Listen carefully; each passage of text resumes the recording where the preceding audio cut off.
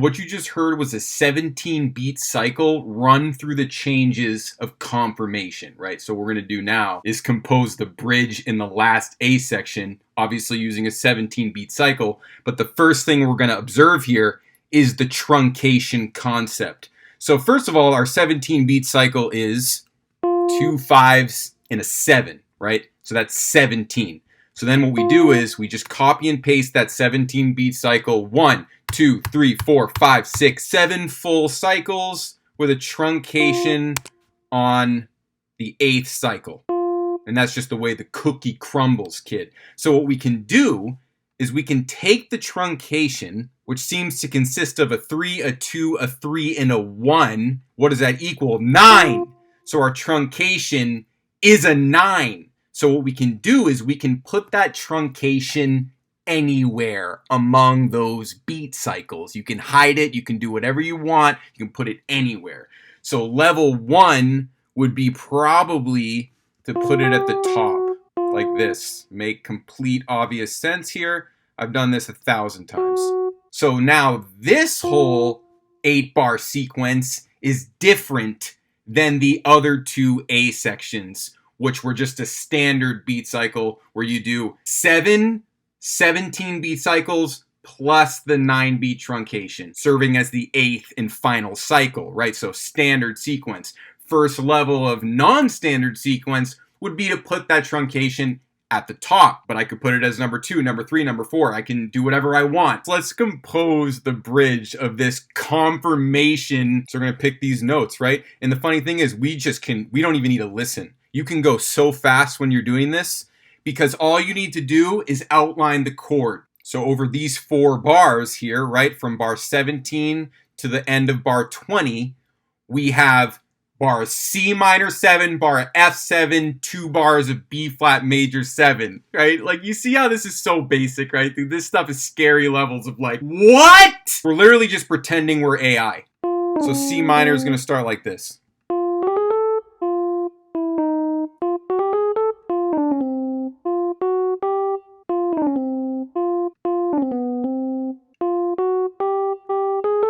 I feel like that's a Meshuggah pivot right there. It's just pivot off the low note like this, you know, classic. Even though the chord has changed to F, right? We have an F7 chord right here, but we're still pivoting off of C. Got the root, the 5th, the 3rd, hit up that 7th probably for the short little one. See how the 7th is on the short one? That's one you can think about, right? It's like, how do I choose notes? The shorter ones can have the 7ths, sometimes the 9ths, and I did use that on the previous cycle. We talked about this before. You don't want to hit tensions or 7ths. You really want to stick to triads in this situation, at least primarily. But when you have more time, like you do on confirmation, as opposed to giant steps, remember the giant steps video, you have way less time. You have 2 chords per bar. Here, right now, we have 1 chord per bar. So that does leave you time to hit up 7ths, sometimes 9ths, right? Depending on the situation. Very nuanced, specific, case-by-case thinking here. But all this makes sense, right? Hitting that F, right, on the long one. I'm going to keep pivoting down to C here.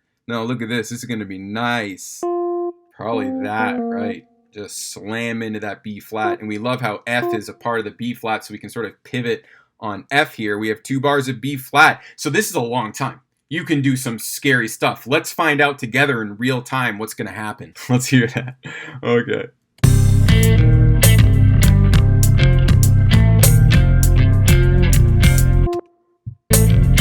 I've never heard that. So, wow. Fast seems to be good. These systems are powerful. I can hit up the major 7th on that short one, little short major 7th. And then look at that. Hit up the root on the long one. Keep pivoting on that F. Pivots are just key. Maybe go back down to B flat. Oof, you can tell this is going to be a sick one. Finally hit the major 3rd. There we go. See how that we prolong not hitting the major 3rd. We hit the major 7th before we hit the major 3rd. Still have F to pivot. Now we're sort of moving away from the F as a pivot. We're setting up an E flat, and you know it can be really tricky. Real tricky stuff right here. And I'm gambling, risking. I don't know about this.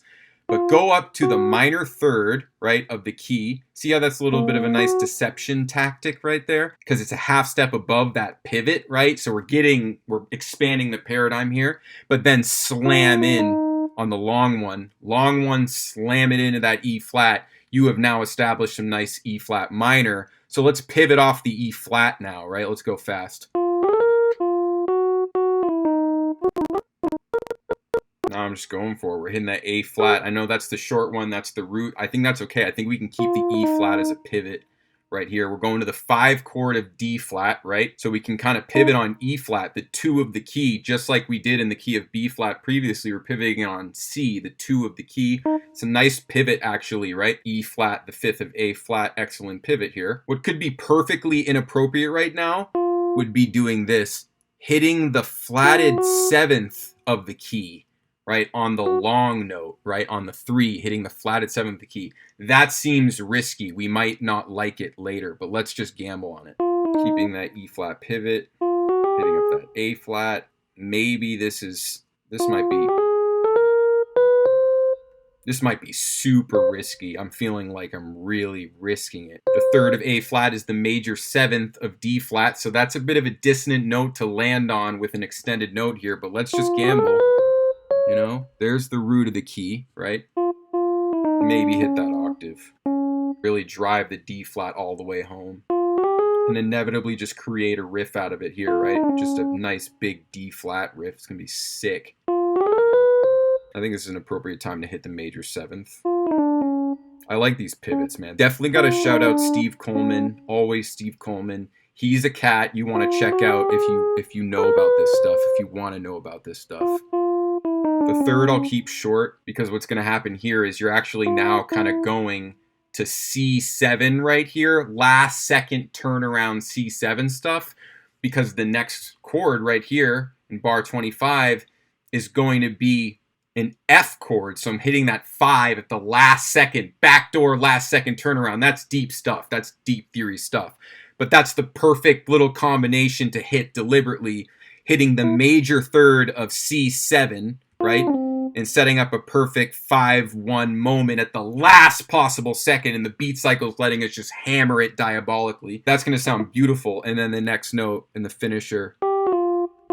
Let's listen to all that. That's going to be something. All right, let's listen to that.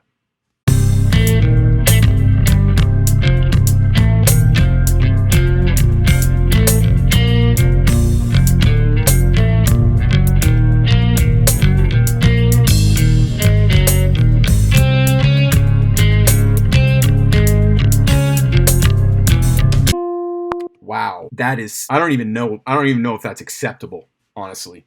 So, acceptable or not, this is a module in my Rhythmic Invincibility course, dude. This is a new program. You see you have a melodic rhythm etude, which is the riff, right, that I've created. And then you also have the melody, which you're going to hear in a second, dude. And you heard in the beginning, but you're going to hear now the rest of the melody according to the beat cycle, which is another etude, right? But it's based on a melody that's already existed for going on 80 years, I'm pretty sure. So taking that classic, iconic, like pyramid Illuminati melody, I mean, just saying, like that confirmation melody cuts it, dude. So you have these 2 etudes, which are just a result of running the chord changes through a beat cycle, right? And like I've got 17 beat cycle, did a couple of different beat cycle variations according to truncation location specifications. The thing is, like I said, I got mountains of these things, and these are in my Rhythmic Invincibility program, because the idea with Rhythmic Invincibility, right? Who hasn't talked about this yet? Am I going to bring this up for the first time? This seems so basic and fundamental, and you can already see how like Meshuggah is like somehow the pedagogical device, right? Because what it really comes down to is when you're improvising, okay, when you're really going hard with the band, right? You guys are throwing boomerangs of cycles at each other.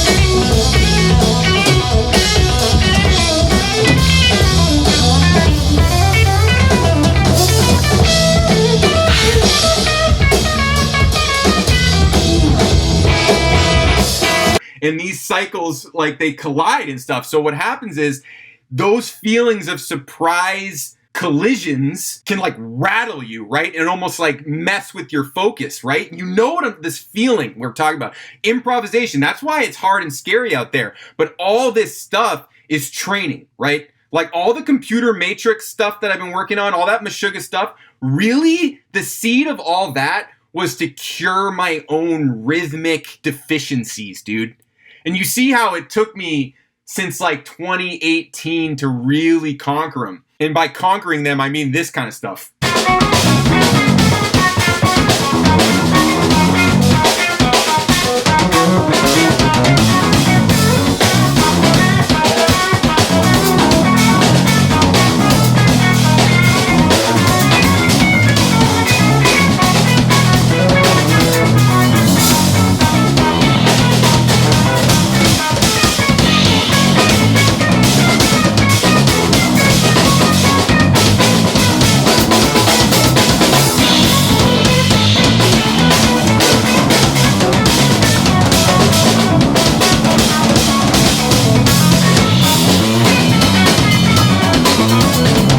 Cycles colliding, dude, like deep cutting syncopation, right? So really at the end of the day, rhythmic invincibility is about throwing cycles against one another and not having any idea what the outcome might be. Basically gambling, but like trusting in the downbeat. You know you're going to hit that downbeat at some point, and you need to have faith in the cycle until it resolves. And you also need to realize you won't always know where that resolution is when you start the cycle. You can do all kinds of things where you start a cycle on beat 2 or beat 3 or beat 4, right? Like good improvisation is all about rhythmic invincibility. That's what makes it good. So anyway, if you want to access Rhythmic Invincibility course, that's an Instagram setup. Go message me there and we'll talk about what it really comes down to. All right, now the moment you've been waiting for. You've been waiting to hear the rest of that melody, haven't you, dude? I really held you on the line there for a while. So make sure you at very least watch all my videos, go to school, learn everything. And if you want to go deep cutting and really hack the matrix with this paradigm shattering training program, send me a message, dude, and we'll talk about it. And of course, what's included is the guided practice, right? That's where I really unlock your head open. You get like 12 guided practice sessions with me, dude.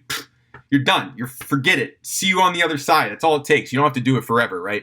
But I will hack you up in about 12 hours approximately. It will be absolutely life-changing. So that's the Rhythmic Invincibility course. Is basically me hacking you up like I'm your matrix training coach, right? And this goes from music to life, MIDI to geometry, performance to practice to discipline to focus to creation. So here you go. Finally, dude. Here's that final, you get to finally hear the melody of confirmation according to the 17 beat cycle, dude.